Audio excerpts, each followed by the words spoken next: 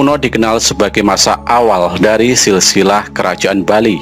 Sesuai bukti sejarah yang ditemukan, beberapa di antaranya yaitu candi di Bali.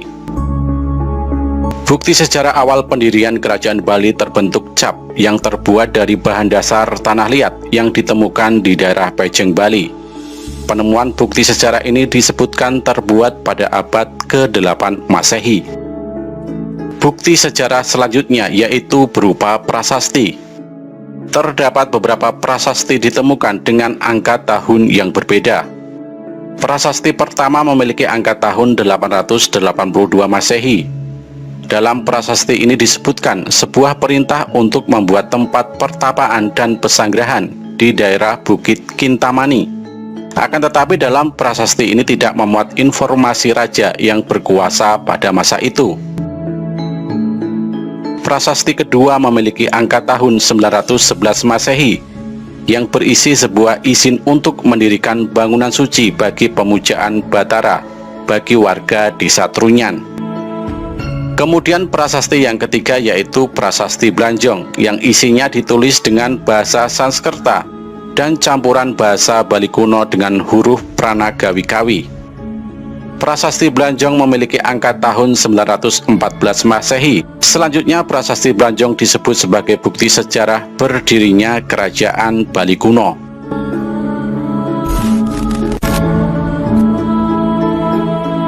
Raja pertama kerajaan Bali kuno disebutkan bernama Kesari Warmadewa atau Sri Kesari Warmadewa sebagai pendiri dinasti Warmadewa.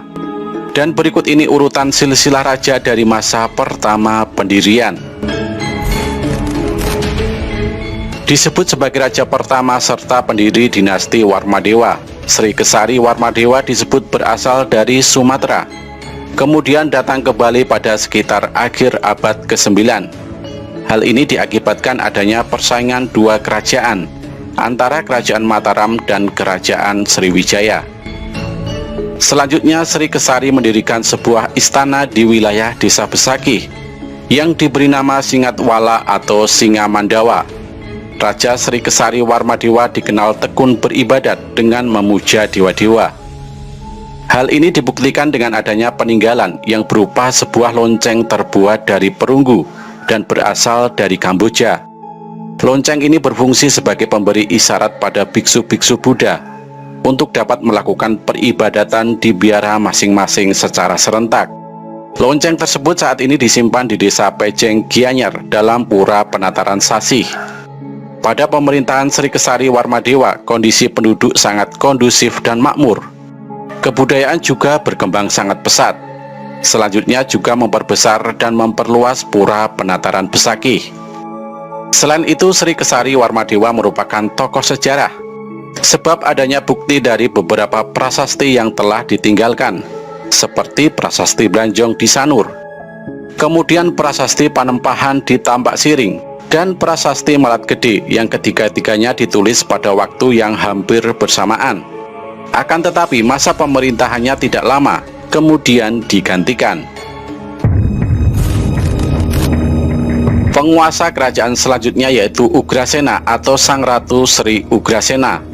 Masa pemerintahannya berada di rentang waktu antara tahun 915 sampai 942. Pusat pemerintahannya berada di Singamandawa. Beberapa sumber menyebutkan bahwa masa pemerintahan Raja Ugrasena sama seperti pemerintahan Empu Sendok dari Wangsa Isyana di Jawa Timur. Pada masa pemerintahan Ugrasena membuat beberapa peninggalan berupa prasasti yang berisi tentang pembebasan pajak untuk wilayah khusus, adanya upacara keagamaan, pembangunan tempat pemujaan dan pemberian penghargaan. Setelah wafatnya Ugrasena dicandikan dan tahta penguasa diambil alih oleh Tabanendra Warmadewa.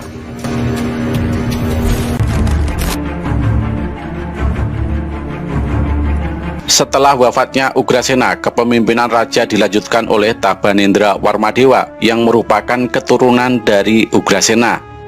Raja Tabanendra Warmadewa memiliki seorang permaisuri bernama Ratu Sri Subadrika Dharmadewi yang disebutkan membantu pekerjaannya sebagai raja. Pada masa pemerintahan Tabanendra Warmadewa juga memberi pembebasan pajak bagi desa khusus dan memberi izin kepada pendeta untuk membangun tempat pemujaan di tempat pemakaman raja sebelumnya. Indra Jayasingha Warmadewa juga dikenal dengan nama Jayasingha Warmadewa. Bukti sejarah masa pemerintahan Raja Jayasingha Warmadewa berupa sebuah prasasti dengan nama Prasasti Manukmaya dengan angka tahun 882 Saka. Prasasti tersebut berisi perintah raja untuk memugar Tirta di Empul, sekarang Tirta Empul di Tampak Siring. Hal ini karena saat itu Raja Jayasingha membangun 2 pemandian yang terletak di desa Manukraya. Masa pemerintahan Janasadu Warmadewa berada sekitar akhir abad ke-10 Masehi, yang merupakan raja kelima dari Wangsa Warmadewa. Bukti sejarah Raja Jasanandu hanya ada satu prasasti saja, yaitu Prasasti Sembiran yang ada pada tahun 897 Saka atau 975 tahun Masehi, yang berisi perintah Raja Janasadu Warmadewa kepada warga desa Julah serta desa-desa di sekitarnya yang meliputi Indrapura, Buwundalam, dan Hiliran, supaya saling membantu saat memperbaiki tempat peribadatan serta mempersenjatai diri sebagai upaya perlindungan dalam peperangan dan menghadapi perampokan.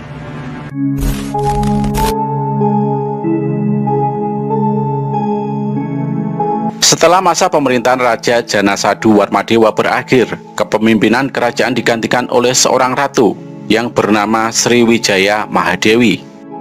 Menurut seorang sejarawan Belanda yang bernama Stein Galenville, ratu berasal dari kerajaan Sriwijaya. Akan tetapi pendapat tersebut bertentangan dengan Damais yang berpendapat bahwa Ratu Sriwijaya Mahadewi merupakan putri dari Empu Sendok yang berasal dari kerajaan di Jawa Timur. Penyebab adanya pendapat tersebut yaitu berdasarkan atas nama-nama jabatan dalam prasasti Ratu Wijaya sendiri, yang saat itu sudah lazim disebut dalam prasasti di Jawa. Setelah pemerintahan Ratu Wijaya, kemudian dilanjutkan oleh pemerintahan Udayana.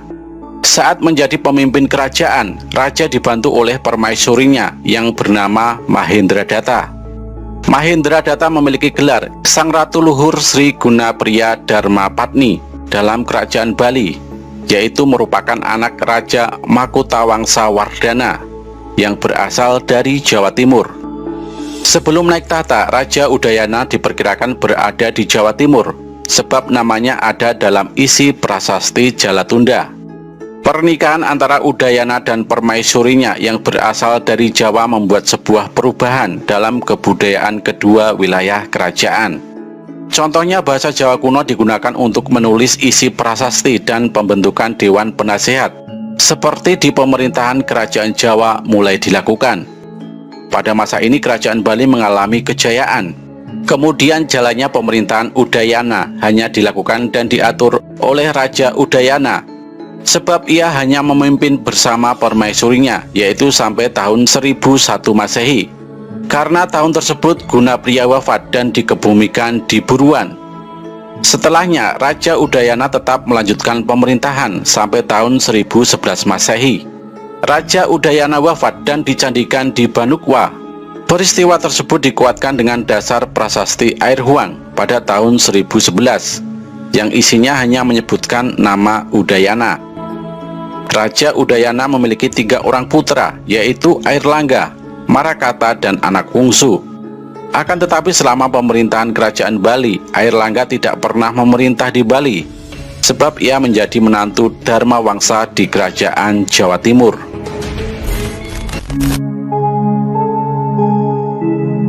Marakata merupakan anak dari Raja Udayana yang memiliki gelar Dharma Wangsa Wardana Marakata Pangkasjatana Utunggadewa. Masa pemerintahan Marakata memerintah berada pada rentang tahun 1011 hingga 1022. Hal ini disebutkan sama dengan pemerintahan Airlangga di Jawa. Terdapat pendapat dari ahli sejarah Atterheim bahwa Marakata sebenarnya adalah Airlangga. Hal ini didasarkan pada kesamaan nama, cara memimpin, dan kepribadian.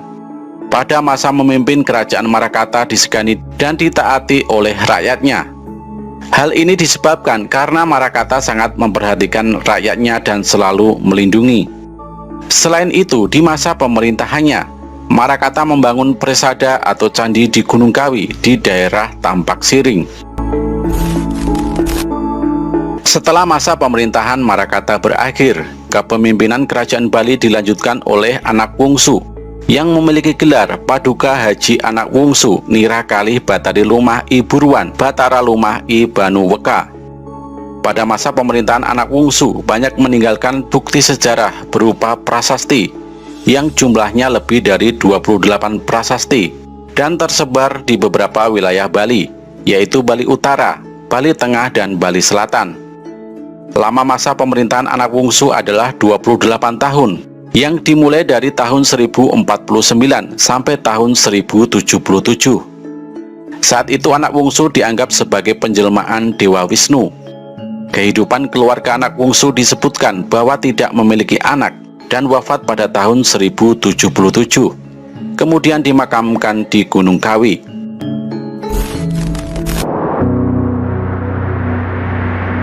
Setelah masa pemerintahan anak wungsu, pemerintahan kerajaan Bali dilanjutkan dengan sebutan masa Wangsa Jaya, karena saat itu pemerintahan digantikan oleh Jaya Sakti, dengan masa pemerintahan yang dimulai pada tahun 1133 hingga 1150 Masehi, yang juga memiliki kesamaan masa dengan pemerintahan Jayabaya di Kediri.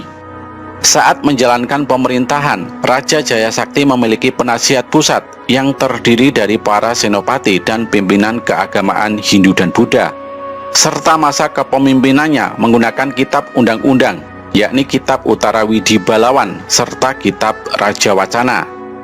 Dan berikut daftar raja pada Wangsa Jaya.